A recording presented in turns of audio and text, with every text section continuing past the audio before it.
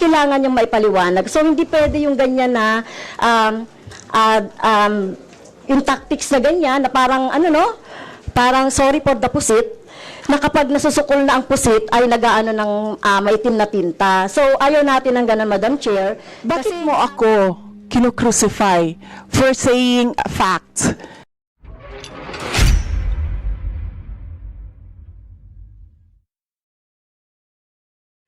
Madam Vice President, we have 17 members listed for interpellation, and as you know, you've been here many times for our budget briefing, that this is an important part of the budget briefing. The GAA, the General Appropriations Act, is arguably the most important piece of legislation every year, at kasama po ito ang pagtatanong at pakikinig po sa sagot po ninyo ay napaka-importante pong input sa aming pong trabaho.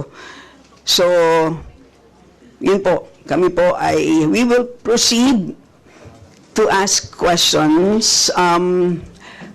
Madam Chair, my answer for every question will be, I will forgo the opportunity to defend the budget of the Office of the Vice President through a question and answer.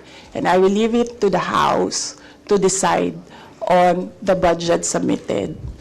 So, magsasayang tayo ng oras dito, paulit-ulit yung sagot. That is acceptable to us. Unless I hear any objection, that is acceptable to us. Okay. Because it is, I believe, karapatan din po ng bawat Pilipino na marinig po nila ang katanungan po ng 17 po na nakalista sa ngayon. Palagay ko, kung meron pong dadating dito, baka dumagdag po. Pero marami pong issues na hinaharap po tayo ngayon. Kayo po mismo, nakikinig po kami sa inyong speech po kanina, kahit na hindi po siya related po sa ating budget. Marami pong na-spark na mga tanong, kaya palagay ko, kaya nga sinabi ko kanina, ilimit natin ang mga tanong tungkol sa budget. So, yun po. So, kung kayo po ay binigyan po namin ng pagkakataon na i-share po ang insights, kami rin po ay magsasabi din po ng aming mga katanungan. So, with that, the Deputy Minority Leader, Madam Franz Chair, Castro, may now proceed. With all due respect, I will not Madam Chair. repeat my question every time, my answer every time there is a question. May I seek permission that every time there is a question, that is my answer. Madam Chair, I will call you and you can do as you please, Madam Chair. But I will recognize you. Okay. And then, Madam Chair, may I be given the opportunity to explain why I will not and I will forgo the opportunity to defend the budget in a question and answer in the committee and leave it to the House of Representatives to decide on the budget submitted. Madam Chair, Madam point of Chair. order. Kasi po tapos na ang presentation time kanina, so that was the opportunity for the resource person para magsalita. So now we have formally entered the interpellation period. So mas mainam po na pakinggan na ng Vice Presidente ang tanong na ating mga House members. Tama po. So, the Chair agrees with the Honorable Chair. Manuel. Excuse me, We will Madam Chair. proceed with the question and Excuse me, Madam Chair. Wait or order. please wait to be recognized, sir. So, we will proceed That's my at this point point. of order, Madam Chair. And what is your point of order? May we know the rule on which your point of order is based? The Honorable Bautista, may we know the rule on which your point of order is based? Because the Vice President already manifested that Kindly, sir, present the rule so we can rule accordingly. What is the rule on which your point of order? What is the point of order first and the rule on which this is what's based? the point of order also of Congressman Raul? If you will question Yes. me my point of order, you have to also to question the point of order of Congressman Raul. So we will make the Honorable Manuel repeat his point of order and the rule, because this is clear based on the rules that we approved during our first hearing relating to the budget. So please repeat that. Madam Chair, ang point of order natin ay bata yun sa paano ang rules of procedure natin sa Committee on Appropriations na after mag-present ng ating mga resource persons, they are given time, kung may slide sila, may video sila, may speech sila, nasa kanila po yun. And after that, ay magpo-proceed sa questions ng ating mga mambabatas. So yun po yung established rules natin sa Committee on Appropriations na supposedly ay alam din ng lahat ng mga members natin. So kung iniiba natin yung format, yan ay pagbabali dun sa established rules ng committee, Madam Chair. Yes, and Madam Chair. So, excuse me, Madam Vice Yes, President, there's a point of order that was raised, so we have to first rule on that. So there's a procedure that we have to follow. Yes. Madam, May I just say that this is not part of the presentation? This is an explanation of my answer. no, but there is a Diba? point of order which we will have to first decide upon. Pasensya na po. So, are you objecting to the ruling of the chair, the Honorable Bautista? So we have taken note of the point of order, which we have accepted, and at this point, the chair rules that we shall proceed. So the Honorable Franz Castro may now proceed with her interpellation. You have the floor, ma'am. So, Madam Chair, siguro first observation, no, yung ang the budget for the 2024, yung Vice President na nagsabi, Madam Chair, na slow and low utilization. So nakita naman natin doon sa presentation. So yung utilization ay napakababa. Pero syempre comment ko lang, no, mas mabilis siya sa confidential funds. 100% in 11 days. Madam Chair. So, Madam Chair, so according to the utilization of the confidential and intelligence funds submitted by the COA to us, no, so we have here surveillance and monitoring. Sabihin ko lang, Madam Chair, no, yung purchase of information out of 125 million confidential funds in 2022, purchase of information 14 million, payment of reward 10 million, rental and other incidental expenses relative to the maintenance of safe houses 16 million, purchase of supplies 35 million, provision of medical and food aid 40 million, payment of incentives or traveling relative to confidential operations is 10 million. So a total of 125 million conducted surveillance in 132 areas in 11 days. So 100% utilization. Madam Chair, I have also here a report about the notice of disallowance. According to the notice of disallowance, the COA disallowed 73,287,000 out of 125 million confidential funds used by the OVP in 2022. So this is 58.63% of the 125 million. So can you confirm, the Vice President? Madam Vice President.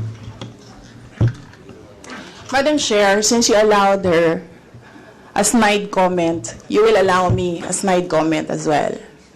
So my question Diba? is, Madam- can you Yes. confirm? Yes. Yeah, okay. Diba? Okay. Yes, Madam Chair. So, May I, before you proceed, may I remind both our guests and our resource You should have reminded persons her to when she said the refrain line, diba? I called your from- attention, Madam Chair. You did not recognize me. So, ngayon, sasabihin ko na, if you allowed her that, you allowed me a snide comment as well. I don't recall hearing a snide comment, Madam Vice President. Ang snide comment, that's a Okay. matter of judgment. So please proceed with your... Secretariat, please Madam proceed, Chair, ma'am, I would like the with your- Secretariat to repeat the first 3 lines of the comments. Well, point of order, Madam Chair. Point of order, Madam Chair, kasi parang... So let's please proceed with the Yeah. answer. Point of Madam order, Chair. Madam Chair, kasi parang siya yung nagpe-preside eh. Yes, Siya that's yung right. talaga ang buhay, ma'am. Kasi inuutusan Madam mo Vice yung President. secretariat natin sa Committee on Ganyan Appropriation. Yes. Alam mo, Some ano, order, di ba? please. So, Yes. okay. Thank you, Madam Madam Vice Chair. President, please proceed with the response. There's a question. Please proceed with the response. Madam Chair, I do not understand bakit a person convicted of child abuse is still sitting in a seat Point of of the order, House Madam of Chair. Ito yung sinasabi Representatives. natin na dinadivert ang usapan sa ating budget hearing. Kung nagawa po niya yan sa Senado, Madam Chair, dapat hindi natin yan pahintulutan dito sa Kamara. You allowed her as my comment and then you will not allow Please me wait as to be my recognized. comment?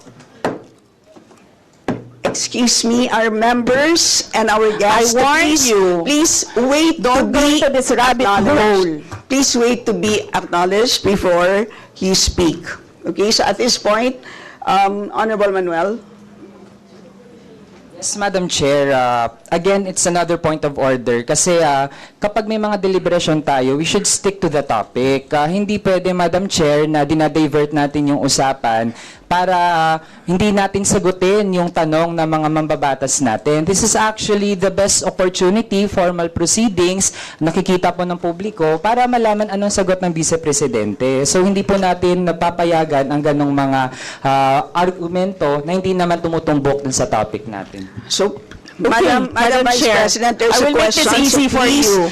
Please make Sige, ma'am. your responses direct to the point. Sige, ma'am. I will make this easy for you. What rules are we using for this budget hearing? We have our rules Yes, ma'am. adopted by the Committee on Appropriations. Right, okay. We searched for that rule. So, we only found the general rules. So, we have a copy of the rules for the budget hearings. Well, as far as I'm concerned, mas importante ang rules para sa amin. Kayo po, ang kailangan nyo lang marinig is yung acknowledgement for you to begin to speak. Yun lang po ang pinaka-importante para sa guests. Sa totoo lang po. Yes, ma'am. So, ang pinaka-importante, yes, you may proceed.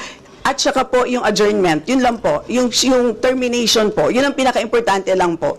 For the rules, yun ang ay importante para sa members. But we may provide the copy to you. Yes, ma'am. So please proceed and answer the May we question. request a copy? Yes, yes, absolutely. But yes. please, there is a question. And do you want us to repeat the question? And we will not penalize you on the time. I don't You can repeat the facts from the notice of disallowance. I don't need a repeat of Honorable the Franz. question. Yes, Honorable Franz Castro, you may repeat your question on the notice of disallowance, I believe. Yeah, tama, Madam Chair. So according to COA, the notice of disallowance is amounted to 73,287,000 out of 125. At ito po, Madam Chair, yung mga breakdown ng mga disallowed na mga na mga purchases. So reward payment of 10 million, payment of rewards, various goods, 34.857 million, payment of rewards, medicines, 24.93 million, tables, chairs, desks, computer and printers, 3.5 million. So, ang question, Madam Chair, so yung letter A, B, and C, so nakita naman natin nandoon yung sa joint circular. How about yung ito, no? How about yung mga tables, chairs, desktop, computer, na umabot po ito sa 3.5 million. So, pwede bang maipaliwanag kung bakit ito pinurchase, Madam Chair? Madam Vice President. Madam Chair, I still request for the rules of the budget hearings. Okay, Vice President. gusto mo sagutin ko, ma'am. Yes, Madam. This is a hearing of the budget of 2025. Nasaan dito ang confidential funds? Yung tanong niya, Madam confidential Chair. funds. Nasaan dito? Honorable Madam friends, you may ito proceed. yung continuing, ano ko pa to, no? Continuing questions pa natin noong 2024, during the last budgets. Hindi na ipaliwanag itong 125 million na alam naman natin na wala ito sa budget ng 2022. So, ito, Madam Chair, sa rule naman natin, lahat dito tinatanong no? So, according to the budget, whether it is in the past, kasi nakikita natin yung utilization noong mga budget, kahit na yung past years, ay pwede nating busisiin dito, Madam Chair. Tama ba ako, Madam Chair? I will agree with you, the Honorable Franz Castro. You may proceed, Yes, Madam ma'am. Vice Yun President. yung sagot ko, ma'am. Nasaan ang topic natin dito at ang pinasubmit ninyo sa amin is the budget proposal of 2025. Where in the budget proposal of 2025 is the item confidential funds. Sa in aid of legislation nga ninyo, nakalagay nga doon sa rules ninyo, diba? The discussion should be germane to the topic. The topic is a 2025 budget proposal. Now tell me, Madam Where Vice is President, the Honorable Franz confidential Castro funds? has already provided a sufficient explanation for why she asked the question. So please proceed with your answer. Madam Chair, It's a very why are simple we discussing the budget of 2023 and 2024? Honorable Franz Castro. So, kung ayaw niya sagutin, Madam Chair, so let me go through na lang with my question. Kasi related naman ito. Remember, Madam Chair, question natin ito noong last year, at yung 125 million na ito ay hindi ito maipaliwanag, no? Dahil nga confidential no? Nagtago sa word na confidential. At ngayon, kailangan nating maipaliwanag at it is in the interest of the people. Yung 125 million na ito, Madam Chair, kaya kailangan ito na mabusisi at kailangan ito maipaliwanag ng OVP. Kaya hindi tayo pwedeng questionin ng mga rules, questionin ng mga topic, etc. Dahil related din naman talaga ito sa budget, Madam Chair. Madam Chair. Yes, you may proceed. I request that the chairperson of the Finance Committee preside over this hearing. Madam Vice President, with due respect, you are not allowed to do that, Madam Vice President. You are not allowed to introduce any motion. You are a research person I in this did not- hearing, Madam President, I did Vice not President. move, ma'am. I requested, In the same as vein- your research person, I requested So that the your request chairperson is of the denied, committee. Madam Vice President. Just please answer the question. The issue on confidential funds falls squarely within our discussion of your 2025 budget. Narinig mo yung sinabi niya, ma'am? Narinig So mo yung please proceed. nakikinig ka sa kanya kanina? Absolutely. Walang rules dito. Please proceed and answer the question. It's a very simple question. Diba?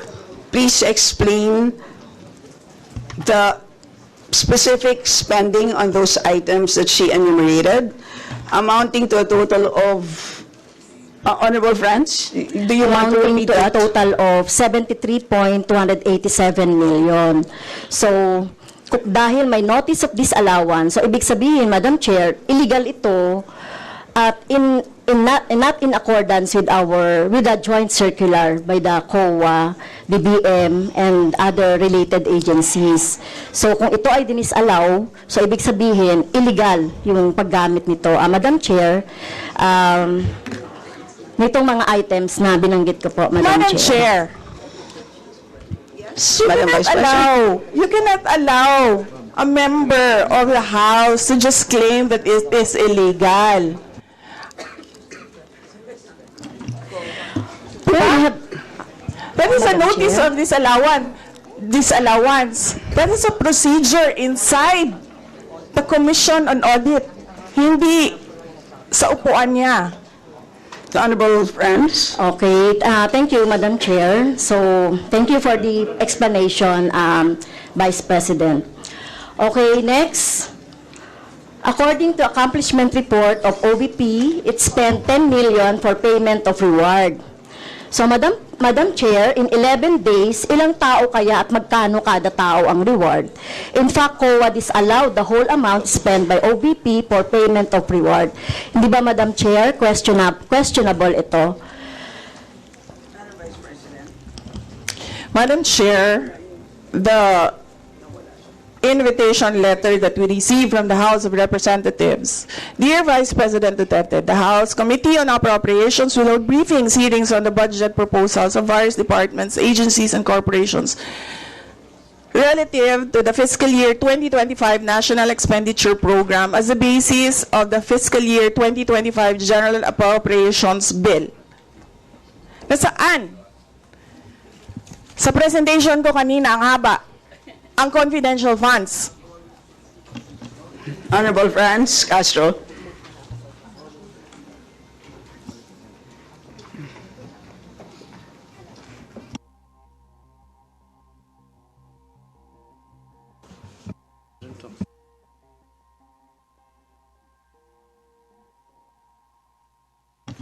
Can we request our technical people to fix the mic?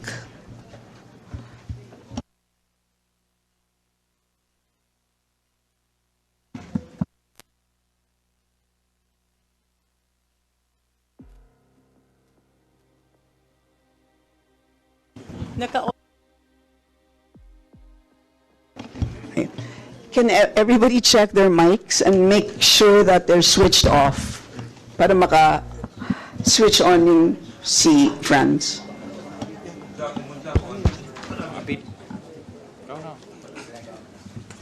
Ito, meron na ako. Meron na. Add even yata to.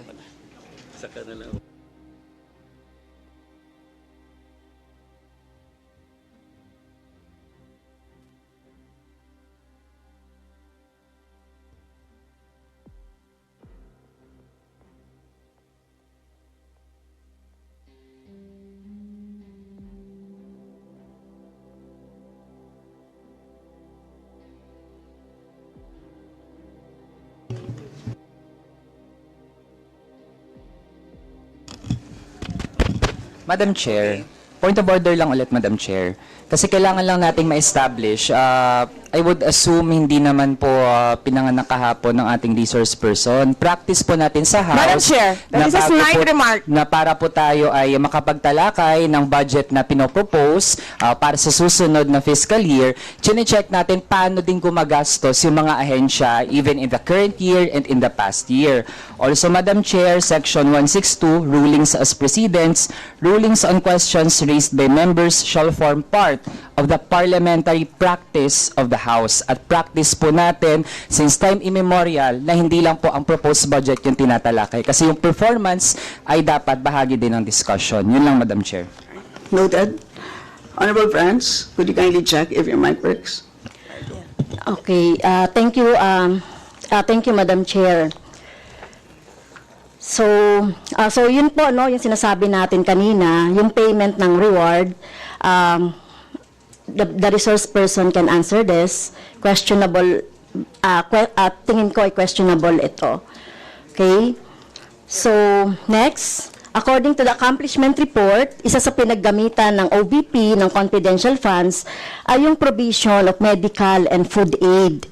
This is not allowed under the Joint Circular number 2015-01 dahil kailan pa naging confidential fund ang pagbibigay ng ayuda. Or kung ito naman ay ginamit sa mga ginamit na tao o informant in 11 days. So paano kaya ginamit itong 40 million na ito, no, para sa medical and food aid in 11 days, Madam Chair? So yun yung tanong ko. Kung hindi ito ginamit doon sa mga aids, medical aid or food aid, Pero paano kaya, Madam Chair, ginamit itong 40 million na ito as a medical and food aid ng ilang tao in 11 days? So, yun po yung tanong natin, Madam Chair. Madam Vice President. Madam Chair, the subject of this hearing is the OVP 2025 budget proposal. We do not have an item of confidential funds in the OVP budget proposal.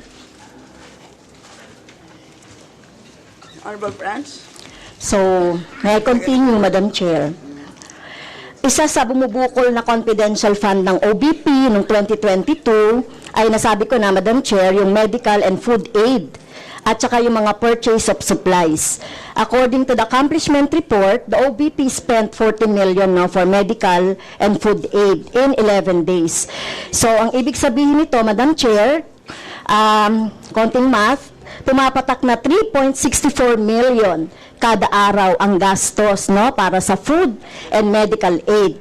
So hindi natin maintindihan, Madam Chair, paano ito ginastos in 11 days. 3.64 million kada araw dito sa item na ito. Madam Vice Do you want to President. comment? Madam Vice President. I did not call you, ma'am. It was Representative Arroyo who called you. The chair would like to remind both the resource persons and the members to please wait to be acknowledged before you speak. Yes, ma'am. Yes, so Tinawag you mo mean, ako. yes, For what, ma'am? to respond. So any comment, Madam Chair, dun sa sinabi natin based dun sa accomplishment report? So kung gagamitan natin ng konting math, 3.64 million kada araw ang gastos para sa medical and food for 11 days. For how many people ba ito? Madam Chair, the topic and the invitation of the House of Representatives to the Office of the Vice President for this hearing is the 2025 budget proposal. There is no confidential funds in the 2025 budget proposal. For the information of the body, the letter that we sent, our Madam Vice President, reads as follows. In the second paragraph, we noted the following topics to be discussed. Item number 3 is comparative budget allocation and utilization rate from fiscal year 2019 to 2023. That's item number 3. So I can provide you copies of the letter. So clearly, confidential funds spent in 2022 falls squarely within that. So yes, Honorable Francie, may proceed. Yes, Madam Chair. So, mukhang hindi na tayo sasagutin ng hindi na ako sasagutin ng ating Vice President. So, sa bawat sagot kasi na ganyan ng ating Vice President, for the record, since ayaw magpaliwanag ang BP, so ibig sabihin nito, yung paggastos ng 125 million ay na pera ng taong bayan ay hindi maipaliwanag. So, yun lang, Madam Chair. Kaya hinihiling natin sa Vice President o OVP na kailangan na maipaliwanag itong mga sinasabing item dito. Anyway, Madam Chair, sa kanila naman ang galing yung utilization at confidential and intelligence fund. And of course, ito lang naman ang hawak ko din dito, yung notice of disallowance. Kaya gusto talaga nating maintindihan, Madam Chair, kung ang notice of disallowance ay, so syempre, ipapaliwanag pa nila yan, kung paano, di ba? So, kailangan malaman din ng taong bayan na sila yung nagbibigay ng pondo para sa operations ng OVP at lahat ng mga agency. At kailangan yung maipaliwanag. So, hindi pwede yung ganyan na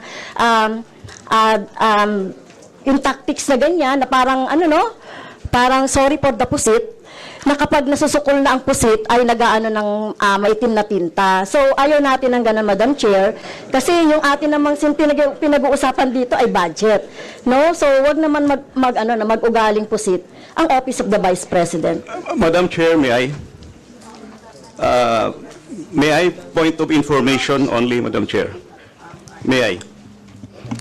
Madam Chair, No, sorry, wait. Before you, I'd like to, before we proceed to the next person on the list, I believe that our former President, Gloria Macapagal-Arroyo, would like to interject.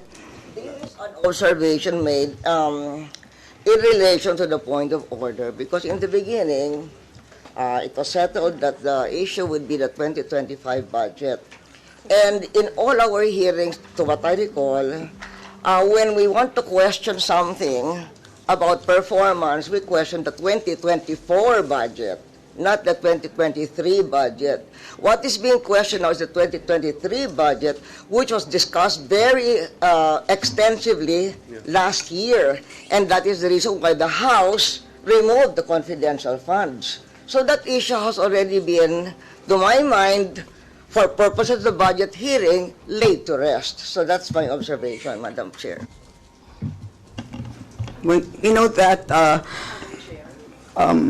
Madam former President, but of course we know that yung pong pondo ng 2023 ay of course pwede pa rin maging continuing appropriation hanggang 2024. So in the same way, 2022 pwede maging continuing pa rin 2023. At alam din po natin, last year pinagdebatihan po natin ng matindi itong 2022 confidential funds, and in fact, we left a homework for the COA. Sinabi natin sa kanila na kailangan nilang tapusin ang audit by November, I believe mid-November of last year. And since then, hindi na natin alam kung ano nangyari. So that's the reason for why tinatalakay natin ito. And it's a big amount of money. I believe we owe it to the people to understand what happened. Of course, tinanggal na natin noong 2024. Gusto natin malaman, tama ba yung ginawa natin? Kasi baka naman nagkamali tayo. So, I think it's worth assessing what we did in 2024 in order to know what to do in 2025. So with that, let's proceed with our next Madam interpreter. Chair, may I? Is this just a point of order? Not a point of order, but We will I'm only, just we will, you may want wish to to say a be, rejoinder of what you may our wish to be, unless it's a point of order, you may wish to be listed. I can put you here, sir. parliamentary inquiry, Madam Chair. Yes, you may Parliamentary inquiry. proceed. May I ask if the resource person is required to answer a question that is related to a commission on audit notice of disallowance when she already said she's not going to answer. Also, the notice of disallowance is addressed to the Office of the Vice President. And just to make it clear, a notice of disallowance is not a judgment. It is a request, it is an order from the Commission on Audit for the particular office to explain what are the particulars. At saka hindi na yan legislation side. That is already on the accountability side in the budget cycle. So, my parliamentary inquiry, Madam Chair, is that nagsabi na nga siya na hindi siya sasagot, and it is related to the COA notice of disallowance. And, just to add, sinabi na rin ni former President, it was thoroughly discussed in the previous year. In fact, tinanggal sa budget ng 2024 yung confidential fund. And we know that there's a pending case on that also. To discuss that further might somehow prejudice or be biased whatsoever. So, yun lang po, Madam Chair. All right, salamat. On your inquiry, the only requirement is to provide a direct response on the question. Meaning to say, a response that is directly related to the question. Meaning to say, kung may question at ayaw niyo pong sagutin nyo ng diretsahan na hindi po ako sasagot dun sa tanong. Ang problema po kasi, ang response ay naging hindi related dun sa tanong. Halimbawa, may tanong, ang sagot ay paglalarawan doon sa nagtanong. So hindi naman yon, klaro na hindi yon directly related dun sa tanong. Kaya, yun po, I think it's a reasonable ask. If there's a question, you may or may not answer. You're not compelled. But you just please say, I do not wish to answer. That's it. At least we know it's a direct response. And with that, we move to the next Madam Chair. person on the list. Madam Chair. Madam Chair. Hindi na po tayo matatapos. Yan ang sinabi ko sa iyo kanina. Ayaw mo maniwala sa akin eh. Aabot talaga tayo ng bukas dito. Diba? Madam Chair. Is Yes. this an inquiry regarding... What he said. Yes, and Yes, please, I ma'am. remind also our Yes, ma'am. resource persons to please act in a respectful manner. Pasensya na po, hindi po kasama sa poder ninyo ang pagpa-fire ng presiding officer ng hearing na to. So yes, you may So proceed if po. you allow members of the House of Representatives lines like what you just said, like pusit, bakit mo ako kinukrucify for saying a fact that somebody is convicted of child abuse sitting in the chair? Pusit, and then I cannot fire the presiding chair. So bakit? Yes, we Bakit napaka one-sided nito, ma'am? noted po. Dahil ba madami kayo dyan sa kabila at nag-iisa ako dito? We note all your comments, ma'am, and let us now proceed. Thank you, Diba? ma'am.